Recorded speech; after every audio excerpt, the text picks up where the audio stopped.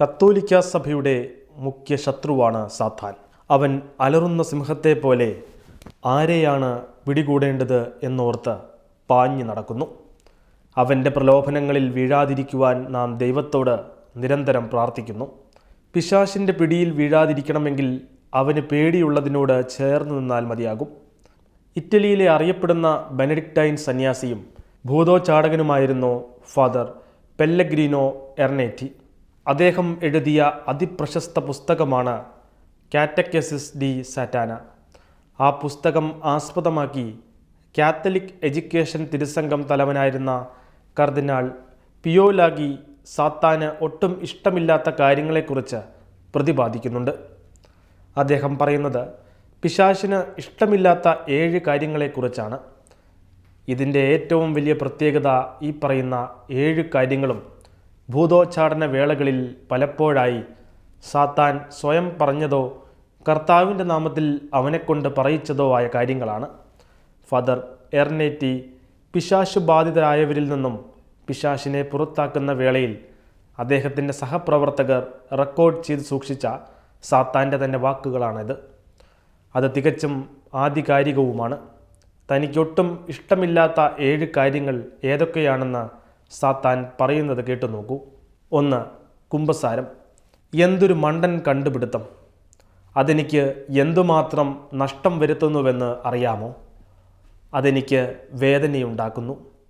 എന്നാൽ കുമ്പസാരത്തിൽ വിശ്വസിക്കാത്തവരായ പാപത്തിൻ്റെ തെറ്റായ ദൈവത്തെ സ്വീകരിക്കുവാൻ ക്രിസ്ത്യാനികളെ പ്രേരിപ്പിക്കുകയും ചെയ്യുന്ന അനേകം വൈദികരെ ഞാൻ കണ്ടിട്ടുണ്ട്. ഞാൻ അവരെ ഉപയോഗിച്ചുകൊണ്ട് എന്തുമാത്രം ദൈവദൂഷണം ചെയ്യിച്ചിട്ടുണ്ടെന്നോ. 2. ദിവ്യകാരുണ്യ സ്വീകരണം. അതിൻ്റെ മുമ്പിൽ ഞാൻ നിരായുധനാണ്. അതിനെതിരെ പോരാടാൻ എനിക്ക് ശക്തിയില്ല.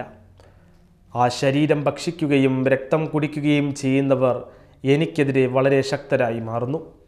അവർ എൻ്റെ പ്രലോഭനങ്ങൾക്കും വശീകരണങ്ങൾക്കും അദൃശ്യരായിത്തീരുന്നു. എന്തു കഷ്ടമാണ്! എന്ത് വേദനാജനകമാണ്! എന്നാൽ ഞാൻ അവരെ ശക്തമായി പീഡിപ്പിക്കും. പലരും ദിവ്യകാരുണ്യം പാപാവസ്ഥയിൽ ഭക്ഷിക്കാനിട വരുത്തും. അതെനിക്ക് വളരെ സന്തോഷം തരും. 3.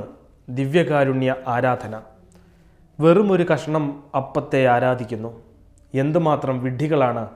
മണിക്കൂറുകളോളം മുട്ടിൽ നിന്ന് രാവും പകലും തെറ്റായ ദൈവത്തിൻ്റെ അൾത്താരയിൽ ഒരു ബോക്സിൽ ഒളിഞ്ഞിരിക്കുന്ന ആ അപ്പക്കഷ്ണത്തെ ആരാധിക്കുന്നത്. ഈ ബോധമില്ലാത്ത ആരാധനയെക്കുറിച്ച് ഞാൻ വളരെ ദേഷ്യത്തിലാണ്. ജപമാല. ഞാൻ ജപമാലയെ വെറുക്കുന്നു. കന്യകാമറിയത്തിൻ്റെ ആ പഴകിയതും തേഞ്ഞതുമായ മാല. ജപമാല ചൊല്ലുന്നത് ചുറ്റിക കൊണ്ട് എൻ്റെ തലയ്ക്കടിക്കുന്നത് പോലെയാണ്. എന്നെ അനുസരിക്കാതെ ആ സ്ത്രീയെ അനുസരിക്കുന്ന തെറ്റായ ക്രൈസ്തവരുടെ കണ്ടുപിടുത്തമാണത്. ലോകം മുഴുവൻ ഭരിക്കുന്ന ഞാൻ പറയുന്നത് കേൾക്കുന്നതിന് പകരം അവർ ആ സ്ത്രീയോട് പ്രാർത്ഥിക്കുന്നു. അതെ, ജപമാല എൻ്റെ പ്രഥമ ശത്രുവാണ്. അതെന്നെ വല്ലാതെ മുറിവേൽപ്പിക്കുന്നു. 5. മാതാവിൻ്റെ പ്രത്യക്ഷീകരണം. എൻ്റെ ഏറ്റവും വലിയ വേദന കന്യകാമറിയം ലോകം മുഴുവനിലും നൽകുന്ന പ്രത്യക്ഷീകരണമാണ്. എല്ലാ രാജ്യങ്ങളിലും അവൾ പ്രത്യക്ഷപ്പെടുകയും എന്നെ പീഡിപ്പിക്കുകയും ചെയ്യുന്നു. 6. മാർപ്പാപ്പ. തെറ്റായ രക്ഷകൻ്റെയും മോചകൻ്റെയും പേരിൽ കൽപ്പിക്കുന്ന ആ വെള്ള വസ്ത്രം ധരിച്ച പാപ്പ എന്ന് വിളിക്കുന്ന ആ മനുഷ്യനോടുള്ള അനുസരണം എന്നെ വല്ലാതെ നശിപ്പിക്കുന്നു. ആ സ്ത്രീയെ സ്നേഹിക്കുന്ന ആ മനുഷ്യനെ അനുസരിക്കുക എന്നത് എന്നെ വേദനിപ്പിക്കുന്നു. എന്തു കഷ്ടമാണ്! അവർ ആടുകളെപ്പോലെ, മുയലുകളെപ്പോലെ, കഴുതകളെപ്പോലെയാണ്. എത്ര മ്ലേച്ഛകരമാണ്! മാതാവിനെ സ്നേഹിക്കുകയും ജപമാല തൻ്റെ ഏറ്റവും ഇഷ്ടപ്പെട്ട പ്രാർത്ഥനയായി പ്രചരിപ്പിക്കുകയും ചെയ്യുന്ന മാർപ്പാപ്പയോട് എൻ്റെ അനുയായികൾക്ക് ദേഷ്യമാണ്. 7. മിണ്ടാമഠത്തിലെ കന്യാസ്ത്രീകൾ. തലയൊക്കെ മറിച്ച് 4 ചുമരുകൾക്കുള്ളിൽ ഒതുങ്ങി സദാ പ്രാർത്ഥിക്കുന്ന ആ സേവകരെക്കുറിച്ച് ഞാൻ വളരെ ആകുലനാണ്. രാവും പകലും അവർ മനുഷ്യർക്കായി ത്യാഗം സഹിച്ച് പ്രാർത്ഥിച്ചു കൊണ്ടേയിരിക്കുന്നു.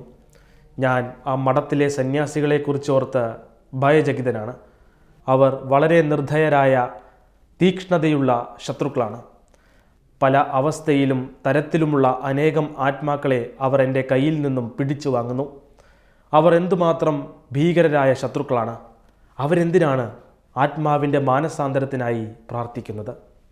സാത്താൻ്റെ ഈ ചോദ്യങ്ങൾ നമുക്കൊരു തിരിച്ചറിവായി തീരട്ടെ. ദൈവത്തോടൊട്ടി നിന്ന് നമുക്ക് ജീവിതം മുന്നോട്ട് നയിക്കാം.